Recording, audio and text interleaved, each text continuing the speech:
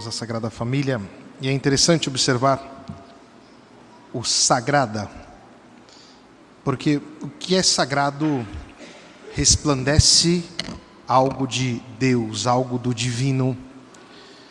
E isto é muito comovente, porque Deus, na sua onipotência, quis nascer dentro de uma família. E esta família revela, porta consigo uma gramática que nenhum de nós conseguimos escapar.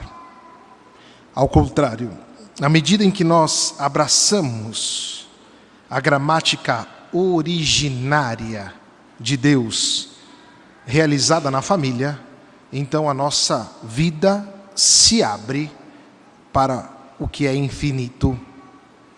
E é interessante observar que Deus utiliza sempre termos familiares para se manifestar e se dar a conhecer. Partimos da família original. Esta família que encontramos no primeiro livro da Gênesis já revela algo de muito grande. Qual é o algo muito grande? Quem preparou a família foi o próprio Deus. E Deus, portanto, é aquele que dá também à família aquilo que lhe é próprio. E é por isso que nós católicos não queremos viver a família segundo aquilo que o mundo propõe. Porque quando o mundo tira Deus da família, então você pode criar qualquer tipo de relação humana. Só que são sempre relações pobres, relações vazias. O primeiro fato é que quando Deus cria o homem, e aqui o homem masculino, Adão, é muito interessante observar. Adão recebeu o dever de dar nome a toda a natureza. Então você imagina que Adão foi passando em todos os lugares, isso aqui se chama árvore, aquilo ali se chama sapo, aquilo ali se chama rio, foi dando nome para tudo. E depois de ter terminado a tarefa, ele vai dizer assim: mas não encontrei alguém que me correspondesse. Este é o grito de todo e qualquer homem e mulher. É aquilo que nós chamamos de, na antropologia teológica, de solidão originária. A solidão, ela não é negativa.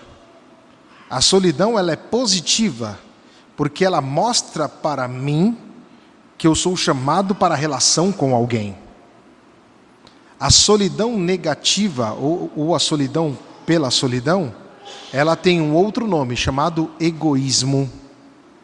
E que o mundo atual propõe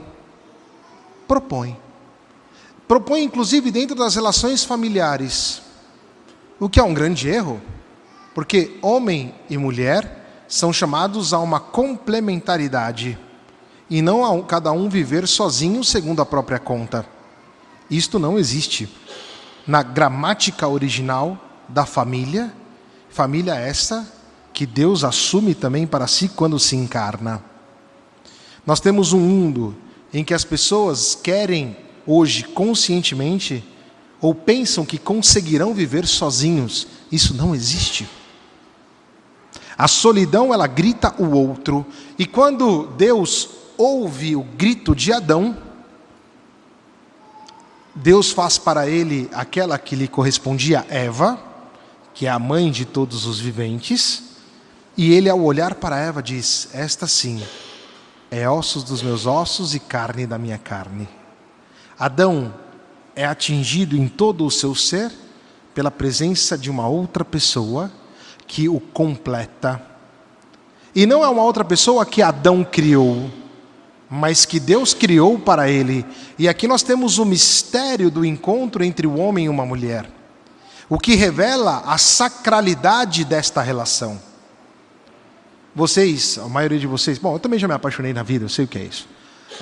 Quando a gente encontra outra pessoa, nós ficamos imediatamente surpresos, embasbacados, porque tem algo de misterioso naquilo ali. E é quando a gente fala, foi Deus que me deu você.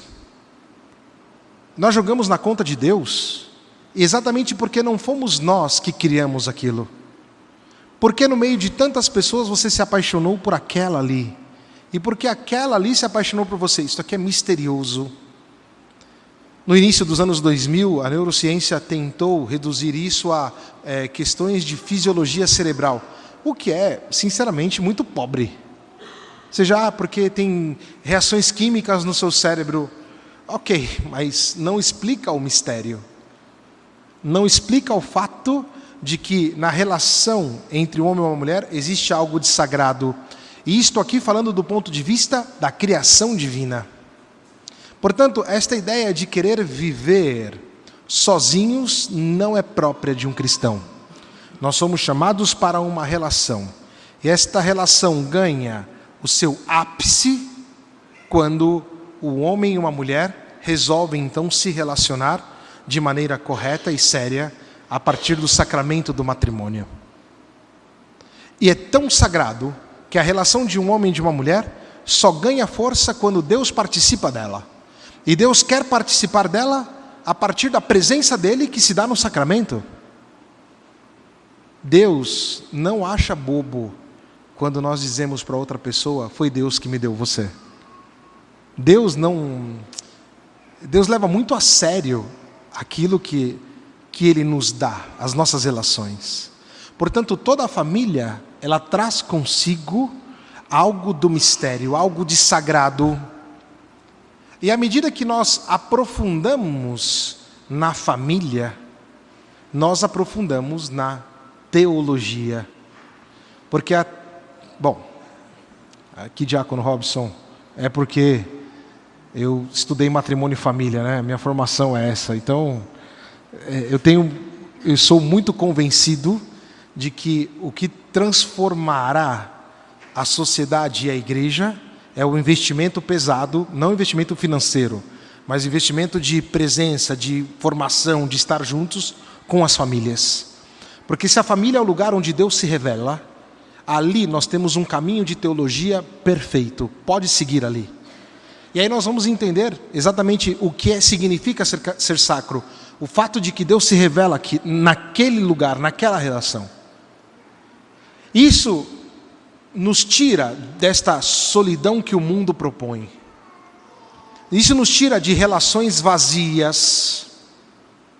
E eu e você sabemos disso, gente. Quantas relações que nós tivemos, e não digo nem em relação de ficar, ou de namorar, ou de coisa do tipo, que foram vazias.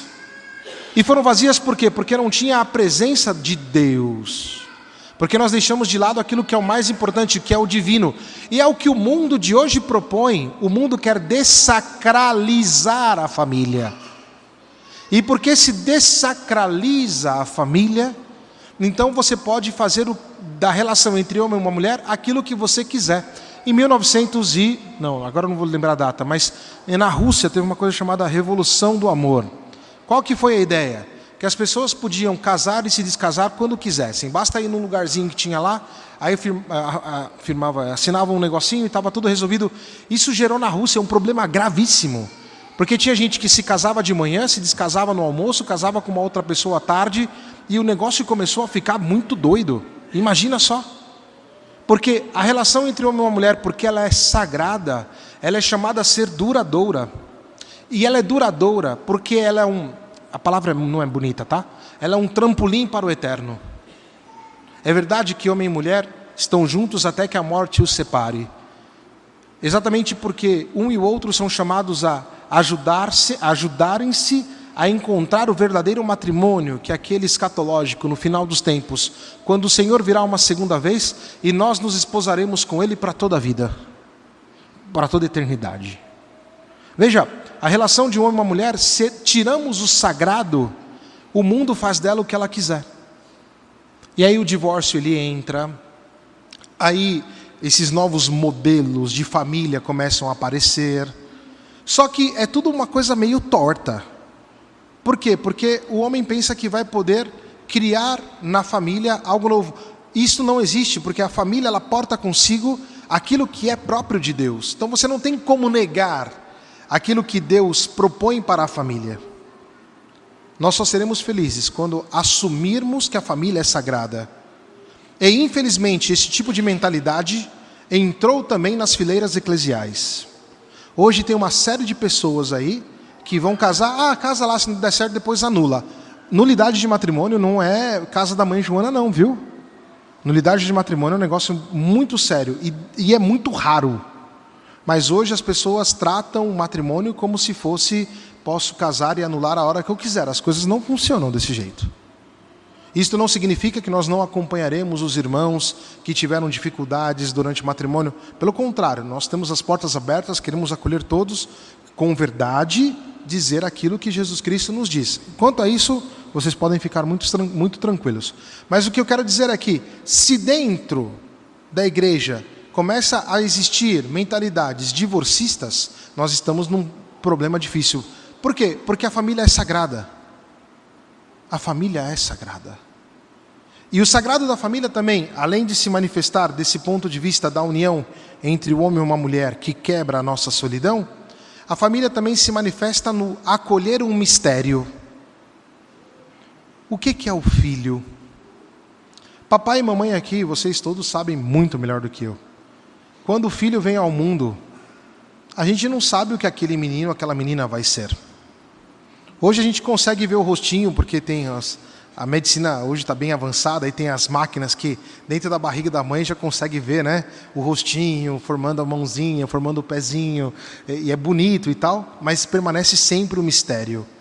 O que será daquele menino, o que será daquela menina? E você, pai e mãe, acolhe este mistério, sabendo que ele tem um destino: realizar a própria vida segundo a vontade de Deus. Você, pai e mãe, não é chamado a que o seu filho seja o que você queira, mas é chamado a dar ao seu filho os instrumentos próprios para que ele realize aquilo ao que ele foi chamado por Deus. E aí nós vamos entender o mistério da encarnação em uma família. Veja, Jesus Cristo vai dizer a Gaudia de Spes, número 22, revela ao homem quem é o homem e a sua altíssima vocação. E esta vocação começa na família. É olhando para o rosto do pai e da mãe, é olhando que o filho sabe quem ele é. Jesus Cristo, quando vem ao mundo, ele vem numa família, e esta família também dá a ele uma identidade. Ele é o Filho de Deus, filho de José, filho de Maria. Eu e você temos uma identidade que recebemos da família. Nós somos filhos, nós somos netos, nós somos avós, nós somos tios, somos sobrinhos. A família nos dá uma posição. Nós não somos perdidos no mundo. Portanto, a família quebra a nossa solidão. A família é aquela que nos dá uma identidade. E esta identidade se revela sempre e cada vez mais à medida que nós crescemos dentro da vida familiar. E crescemos para compreender o mistério com o qual nós fomos encarnados, por assim dizer. Mas o mistério que nós recebemos dentro da nossa família e que todos os dias nosso pai e a nossa mãe nos fará descobrir. Pode ser que você tenha vindo de uma família não muito bem estruturada, isso acontece. Mas isso não anula o fato de que você tem uma vocação e que você é chamado a cumprir essa vocação. E é por isso que você pertence à família sagrada de Jesus. Porque em Cristo nós entramos nesta sagrada família também.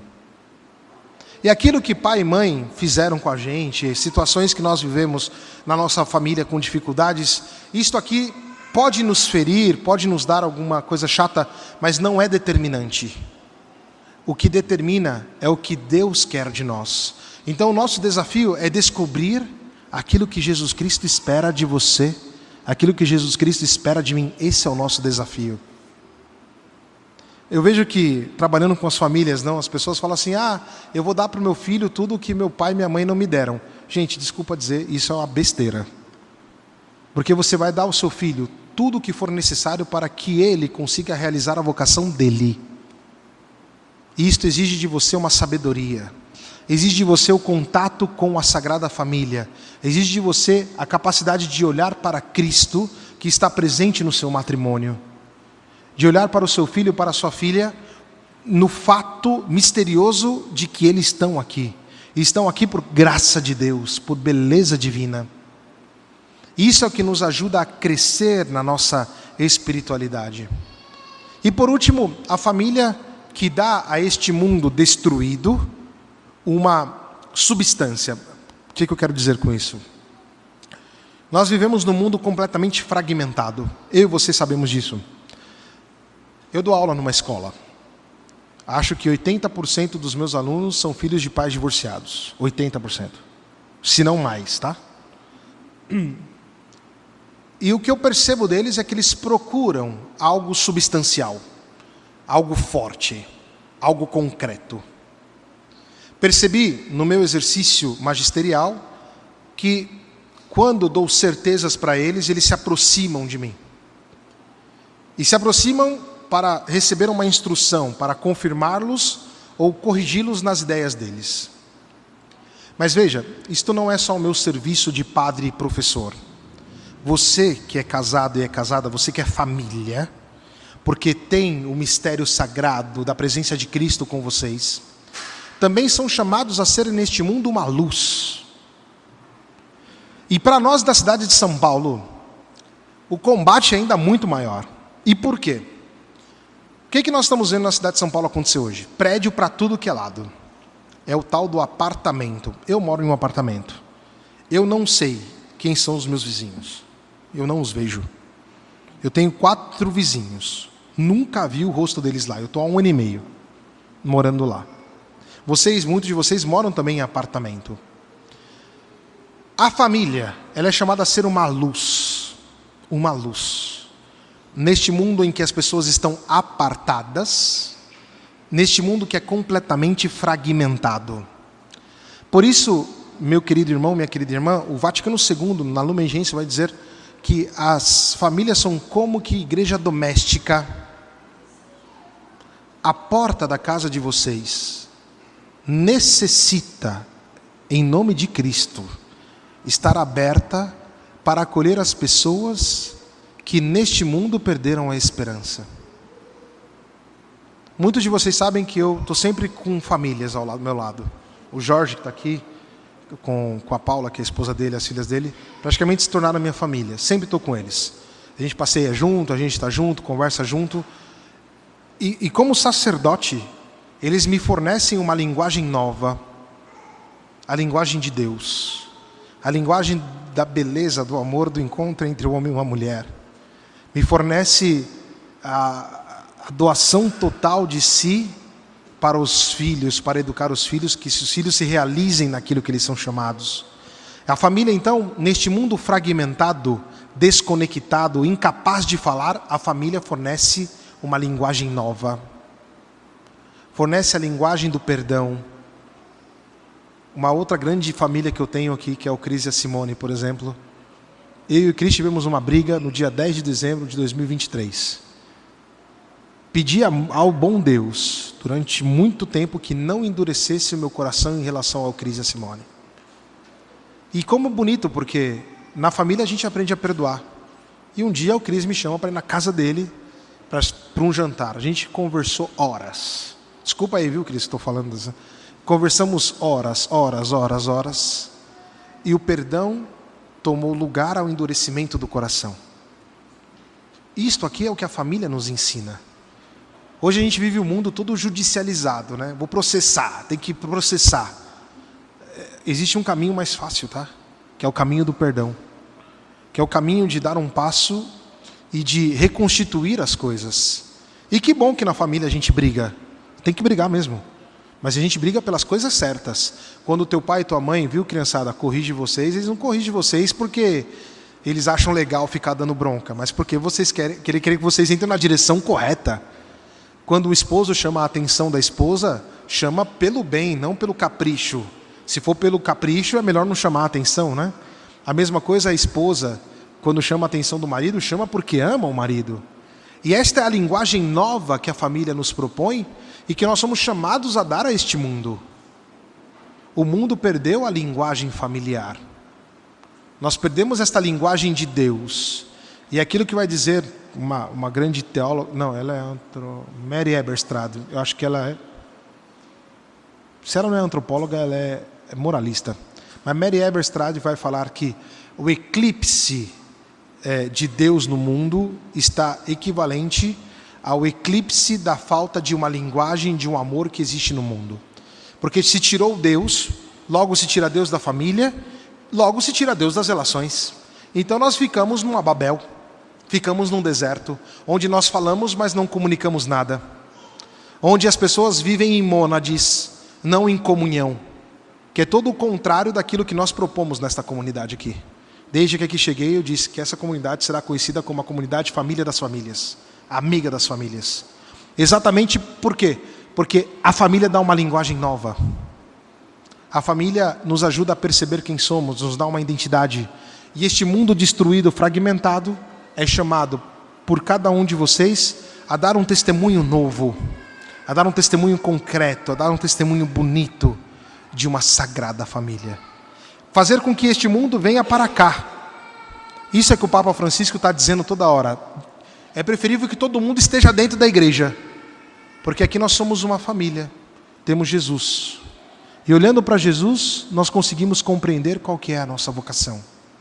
Olhando para Jesus, nós deixamos de lado o nosso pecado. Olhando para Jesus, nós criamos uma linguagem nova. Fazemos parte de uma família, que é a igreja, família de famílias. Peçamos a Maria Santíssima, a São José, eles que acolheram o mistério de Deus encarnado e que apresentou ao mundo, para que nós tenhamos consciência da nossa chamada a ser família e que vivamos como família onde quer que nós estejamos. Que assim seja. Amém.